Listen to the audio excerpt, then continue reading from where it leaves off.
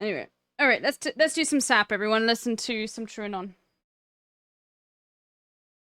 Scourge of juvenile delinquency, and while Synanon's relationship with children was beyond troubling, it was the basis for what is now a billion-dollar industry focused on the supposed rehabilitation of young people. One of the first and most prominent examples was a program called CEDU. That's CEDU. The name itself is somewhat mysterious. CEDU, okay. While later said to be a vague reference to see, like you do with your eyes, or do, like doing an action, the reality is that CEDU almost certainly stands for Charles E. Diedrich University. And this tracks with the genesis of the organization. The founder, Mel Wasserman, was a Square Synanon adherent, if not a full-time member. He closely studied the methodologies of the organization before pouring his furniture store profits into opening up a Synanon copycat program in 1968. It was aimed squarely at so-called juvenile delinquents and staffed by former Synanon members. And so, Synanon's dissipations, trips, games, all of it was transposed onto the unaccredited group homes that sap. Mel Wasserman opened up. The main school was at Running Springs, a teeny town in a remote part of San Bernardino County next to Children's National Forest. In many ways, the early press that CEDU got mirrored Synanon's mainstream exposure. In reality, CEDU developed a culture of violence, child abuse, and repression that mirrored Synanon's own descent. But unlike Synanon, torturing human beings only helped CEDU grow.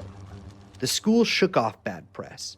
It became a symbol of hope for worried parents who were told that if their children were not sent to CEDU, then their children would die. Personally, I find this ironic. 3 children very likely died solely because of CEDU. One, Daniel Yun, ran away in 2004 and was never found. The other 2 vanished in 1993 and 1994. One investigator has raised the possibility that their disappearances might be linked to a serial killer named James Crumwell.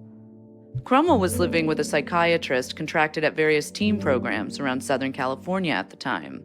However, others have suggested it's more likely that staffers at the school caused the death of these teens, and then told their parents and the police that they'd run away. This is a whole series about the troubled teen industry, and it's more specifically about what happened to Brace as a child. Brace being the, part of TrueAnon. And it's talking mainly about the troubled teen industry, but it's all about how did it start? Who was the guy who came up with this weird sort of way of encounter psychology that was supposed to berate you and humiliate you? And why on earth did it end up being something where this sort of formulation of psychology, which was never trusted, how did it end up like working its way into the troubled teen industry? And why is this still allowed to happen to kids? Why? Like, it blows my mind that something as unregulated as this is allowed to still happen in the United States. And how it's probably connected to the medical industry, the medical industry. So it's definitely a very, very profitable business. Vanished without a trace. There's the thing is, parents do care. Busy raccoon. Parents do care. That's the one thing that I always make very clear. Is like parents give a fuckload. They care a lot about their kids. They're manipulated into think that it is clearly the case that they're manipulated into thinking that if they don't do this, that their kid is going to die.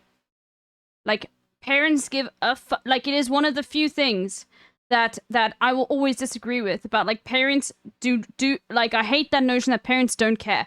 On average, the average parent cares a fuckload about their kid. It's one of the few things. Not all though, yes, but it's to the point where I think that it's literally so small. Okay? But parents give a fuckload about their kids. It's because they're convinced that their child needs this. Okay? It is one of the biggest misconceptions I find in a lot of analysis with respect to this sort of stuff is parents give a fuck, care a lot about their kids. Yeah. A lot.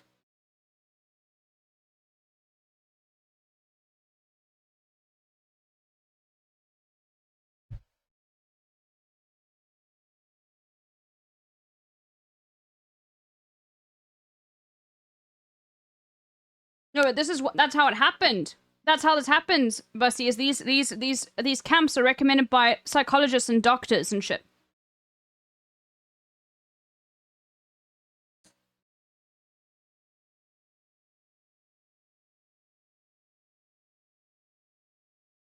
Yeah, like Dr. Phil.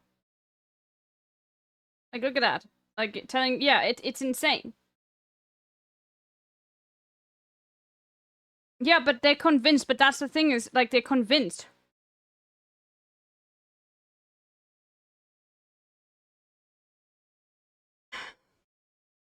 Parents will not intentionally put their children in harm's way. Like, if they think it's not going to have some tangible benefit. Punishment is supposed to teach.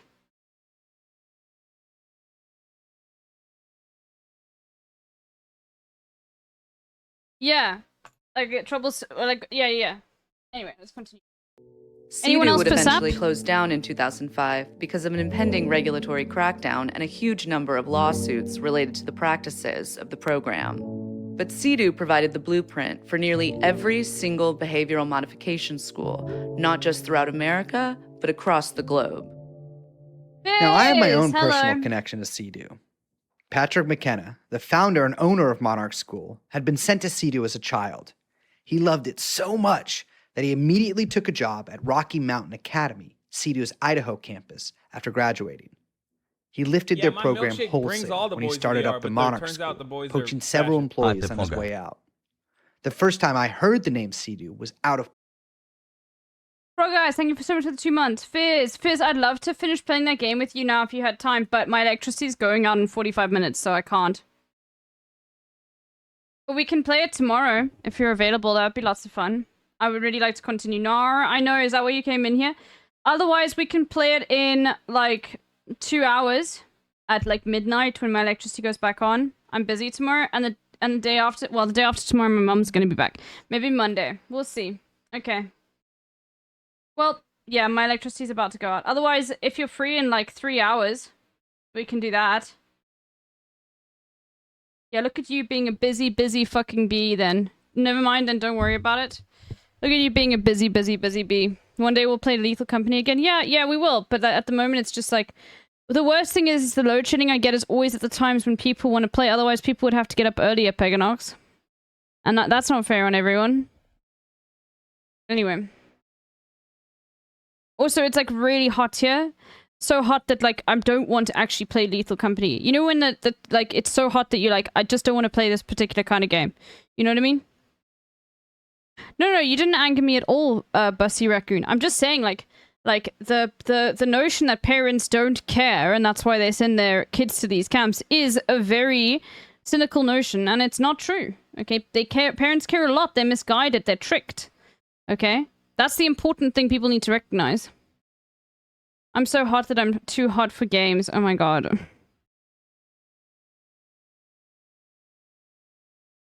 Anyway. Patrick's mouth. When I was... If you keep DJ in American hours, you can be cooler and game. Yeah, that is true. But I also want to get my sleep schedule back. Yeah. Anyway. It's 14 years old. It was during the game. Anyone else piss up?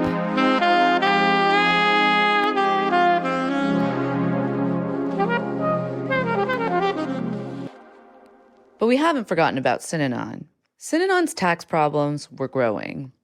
The Marin County assessor and the IRS were breathing down the organization's neck.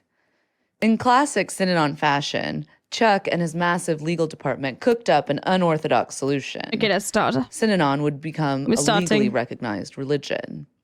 Now, to be clear, no one at Synanon truly believed they were actually becoming a religion. The central tenets of the organization didn't change. In fact, Synanon's dumbass board recorded hours worth of tapes detailing precisely how they were going to fool the IRS by becoming a religion. These would later be revealed in court. Here's a TrueAnon tip. Never, ever tape record any kind of meeting you ever have unless it's with the police.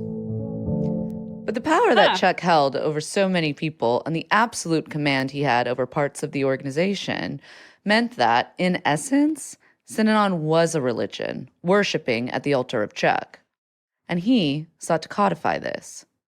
In even more classic Synanon fashion, this plan didn't fully work out, and Synanon's tax problems would soon grow to enormous proportions. By the mid-1970s, Synanon had around 200 children living at the Tamales property. Kids came to Synanon in a variety of ways. Some were the children of members who were separated from their parents. Others were sent to Synanon by their probation officers to cure them of their juvenile delinquency. The Tamales Bay property had become something like the Synanon city that Chuck had imagined.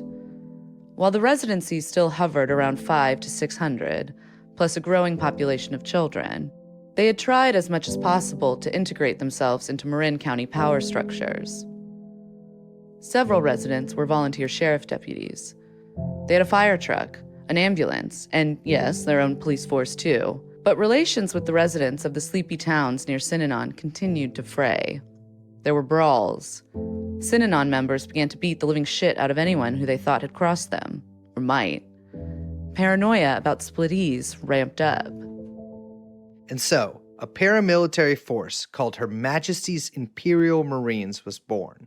Her Majesty was Betty Diedrich. They were led by a Vietnam vet who bragged about his necklace of ears during the game. A new type of martial arts was developed called Sin No. Their motto was Eternal Vigilance. $300,000 worth of guns were purchased. And still, this wasn't enough. They formed a type of National Guard. Synanon's members, most of whom now wore the same blue overalls that Chuck favored, were attacking anybody near their properties who they deemed unsavory. Neighbors were threatened. People were seriously hurt. Ranks were assigned, armbands were issued, marches were performed. Synanon viewed itself as building something like an army. The madness that had begun to infect Synanon in the middle 1960s had blossomed into full-blown psychosis. While residents maintained that they had some freedom to pursue their own recreational desires within the Synanon system, their lives were in large part controlled by Chuck's flights of fancy. In 1975, all the women shaved their heads. Now there was real uniformity at Synanon. The problem of the children had gotten worse. Betty and Chuck now viewed them as dead weight in the organization. At first, it was required to ask Betty for permission to have a child. Sometimes she granted it, sometimes she didn't. Then, all members were asked to voluntarily forego childbirth. In 1976, members were given an ultimatum. The men at Synanon, all of those above age 18, were to have vasectomies or leave the organization. Women who got pregnant were made to get abortions, including one rumored to have occurred at 9 months. The only children they'd take in were the ones sent by the state. The kids they did have were organized into the punk squads, quasi-military boot camps that sought to instill discipline into children by constant games, denigration, beatings, and military drills. Most of the children hated it. Many fled to nearby farmers' houses, begging to be sent home to their parents. This caused another layer of friction between Synanon and the outside community. In response to the constant stream of runaways escaping from the punk squads, Synanon members began to threaten and beat their neighbors in Marin. Membership began to decline. People who had joined Synanon in the hope of bettering themselves lost faith that Chuck was the type of person who could help with that. The situation grew worse once Betty died in 1977. While she had strange ideas and, like Chuck, exercised extreme power over the members of the group, she had somewhat balanced her husband out. At least she'd been able to occasionally critique him. But once she croaked, all bets were off. Chuck put out applications for a new wife. He selected a 31-year-old woman named Ginny Shorin. While devastated by the loss of Betty, this gave Chuck an idea. What if everybody at Synanon got a new partner?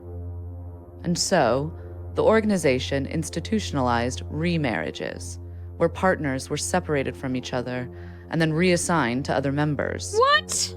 230 couples filed for divorce. Once you have a cadre of dedicated people like those at Synanon, people who hadn't been weeded out by the insanity of the past decade, who could look at any crazy old thing and say, if others are for it, then I'm for it too. That's when you have a group that you can lead. Anyone who objected to the Changing Partners program was put in the game and bullied into either taking it or hitting the road. Wow. So it was with everything at Synanon. The game was a mechanism of absolute control, and the dissipations, trips, and overall social pressure whittled off the wobblers and made certain that only true conformists would remain, at least until something happened that was beyond the pale even for them.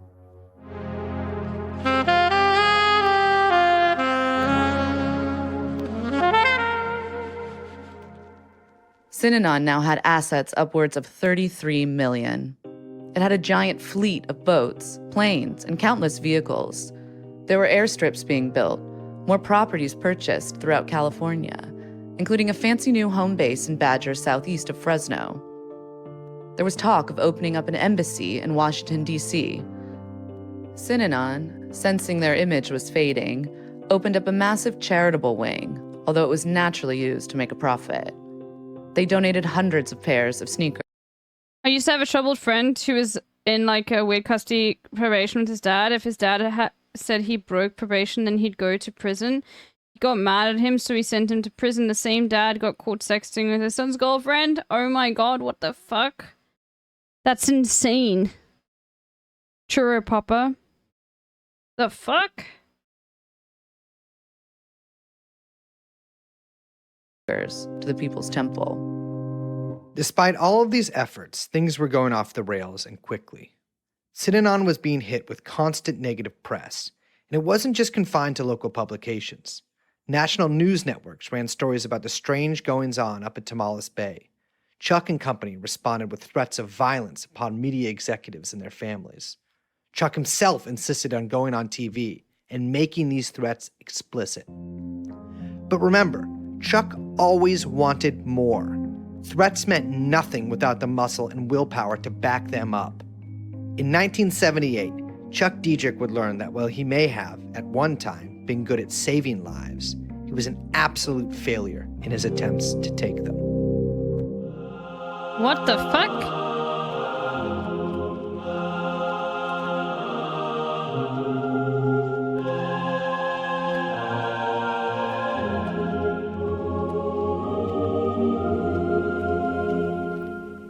Hi, Brace. Hello, Liz. So I was thinking, as we've been kind of talking about this, that, you're kind of, you've talked about how your school was basically like there's a direct line from Synanon to your school. Yeah. And especially like through the game, right? And that you kind of practice that, or were forced into those fucking therapeutic circles at Monarch. But did you guys ever do any of the other kind of Synanon style stuff, the stuff we've talked about, the trip, the dissipations, those things? So yeah, we did. I think it's pretty safe to say that we did. They weren't called like all this stuff, like the way that the things they call it changes, right? Mm-hmm. Like you might call a game a rap or like whatever, a group like we called it. We didn't have trips or dissipations, but we had something called insights. My word. We had, I think, around 6 of them. I went through 4, 3 or 4, I think, or maybe 3, and like they also had these 2 seminars. Maybe I went through one of the seminars, and they were intense. They were more intense than groups or anything like that. Like, before you go through one, you're not allowed to know anything about it. When someone goes through it, you're not allowed to talk to anybody who hasn't been through it about it. You're not allowed to talk to your parents about it. They really, really, really specify, do not talk to your parents about what happens at these.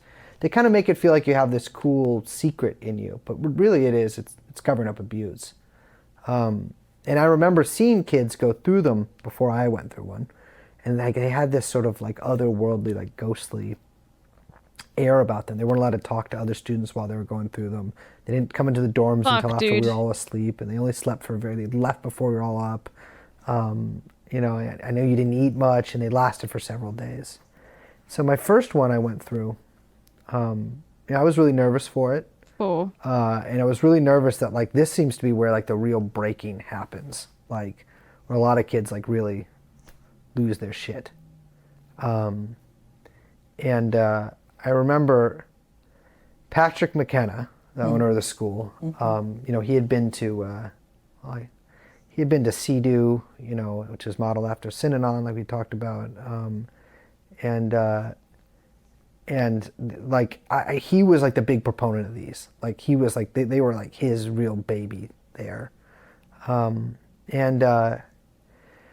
I remember doing this shit, like, they were really, like, several days long. I didn't sleep much. I honestly don't have a huge memory of, like, what exactly occurred in a lot of them. I mean, I do vaguely, but I just, like, not for the second to second. I just remember, like, specifically, there were, like, a few things that really stood out, which is one, it's like, I remember you had to, like, sit and look at somebody. Like, you went through these things in peer groups, like the kids, like, you basically went through the program with that kind of got there at the same time as you. And you had to like go to, I think it was everybody in your peer group and say every bad thing you've ever thought about them to their face. Fuck. Everything. And that was that's not insane. Enjoyable. That's insane. Bro, what the fuck? Yo, people are evil, man. Especially for some kids. You had to do like, we'd have like hours and hours and hours and hours worth of group. There was no hiding at all. Like the counselors would find you and they would break you. Like that was the point of this, like explicitly really the point of this, is that they would break you down until you were like a groveling mess. And you weren't sleeping. This was for several days long in this sort of mirrored room. And you weren't really eating. You weren't really allowed to use the bathroom. There wasn't really any water, and it was just like, I remember there was one that was like, integrity is the one I remember the most, because I was like, I remember we were like discussing the meaning of the word integrity in that one, and I was like, I don't think the people doing this have that. It was innocence, where there was a lot of like kind of pretending to be a little kid and stuff like that, and it's like they were showing you like, this is who you killed, like. All of your choices. They made you stand up against a wall at one point, and then you had to like talk about all the choices you've made in your life, every choice you made in your life, and then say like, this leads me to fear and death. This leads me to fear and death. I remember having to like just say over and over and over again, like everything I do is going to kill me. I am going to die. Like over and over and over. I'm going to die. One point, you're on your fucking knees. There's people pushing down on you. You're screaming like, I don't deserve to live. I don't deserve to live. Fuck, like dude. over and over and over. And that's really when you start to lose it, right? Like it's like the repetition of this like really deeply traumatic stuff over and over, hour after hour, like day after day. So Hassan is live. There's 5 minutes left of this, and then I'll go, because I've got to get some stuff done, and my electricity is gonna go out in half an hour. But this is insane. Anyway, we'll continue with this tomorrow. There's 5 minutes left of this part of the pod. No sleep, no fucking, I mean, a little bit of sleep, but like not much, especially for a kid. Like no real food, like just over and over again. And they had this, like, this is sort of the most notorious thing. The girls in, I doubt some of it, these would like have to it's too hard to play like Elden rapes Ring. that they had happened to them. Like sometimes with male counselors. It is way too hot. As the rapist, sort of playing that role. You'd have to have to tell everybody every secret you've ever kept from anybody. Like, it was really like this sort of, felt like you're being gutted the whole time.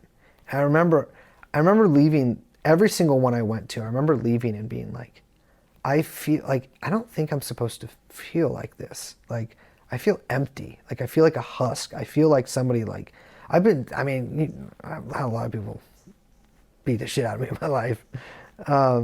And I felt like that. Like, I felt like I had just like been fucking run over by a truck. Oh, no. And these things broke, they broke a lot of kids through these, These were really like, they get you into fucking the pot and they boil you. It's funny, I kind of like before I really started seriously thinking about this stuff, I'd always sort of contributed my being relatively okay compared to a lot of people after coming out from not having gone through all the insights. And through like every time I went through one of these, just like every time I went through a fucking game, like in my head was just like, you know, like die, motherfucker, die, like over and over, like in the back of my head, like I am not falling for this, you know. And I would lie, and I would try my best to like not get in this, but they would exhaust you so much that like by the end, I remember like this happened a lot. I mean, they would do this every so often throughout these, but they make you all lay on the ground. Sometimes you have to like cuddle with it, you know, the adults there and shit like that. And they play like play songs. And the one I remember the most, because it became my most hated song, but also I remember sort of relating to it, was the Talking Heads, Watching the Days Go By. Once in a Lifetime? Yes, yeah, Once in a Lifetime. And I remember thinking, like, you know, it's like, this is not my beautiful whatever. And I was like, my God, I would kill to just even have a house or a wife or a car, something that these people didn't own. I don't even care if I recognize it or whatever. Or like what I just any that was like this like outside world taunting me, and I think it's in those insights that I came the closest to breaking, not just breaking and like going along with the program, like I don't think I was even going to break and go along with the program. I thought I was going to break mentally. Like I thought I would become psychotic or have like a nervous breakdown. And I saw people have what I would call fucking nervous breakdowns in those a lot of times, become like wretched at the hands of like Patrick and the people leading these. I remember vividly actually thinking like, oh, I think this is torture. Like, I think they're torturing us. Fuck, dude. And I mean, yeah, God, I can't even put myself halfway in the mind of somebody who would do that to kids. But yeah, it was in those insights that really like the evil, the fangs came out for these programs, right? And that's where they had you locked in that room. You weren't allowed to tell your parents about what you'd seen in there. They could do whatever they wanted to you in these. And that's, like I'm saying, where I saw a lot of kids break and a lot of kids lose their minds. Wow. On the next episode of The Game, The Story of Synanon, Snakebite, the strange death of Synanon, and the long life of the troubled teen industry. This series is produced by TrueAnon. Exclusive episodes available at patreon.com/TrueAnonPod. Your hosts are Brace Belden and Liz Franzak. The music was written and recorded by me, Young Chomsky. See you next time. No, it's great. It's done by Young Chomsky. Holy moly, everyone. Okay, I'm not gonna finish this game. I'm gonna send you guys to Rena. Okay. And yeah. Alright. Much love to all of you. See you guys tomorrow. Okay. Sorry, load shedding is happening in 20 minutes, so yeah. Alright. Oh, Rena just ended? Oh, okay. Rena just ended? Okay, never mind.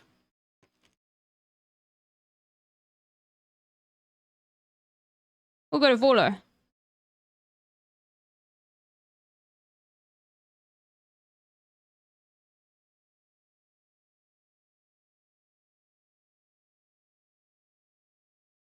Alright. Much love. Volo will be watching Hassan, so. Much love to all of you. I'm gonna still keep on playing this.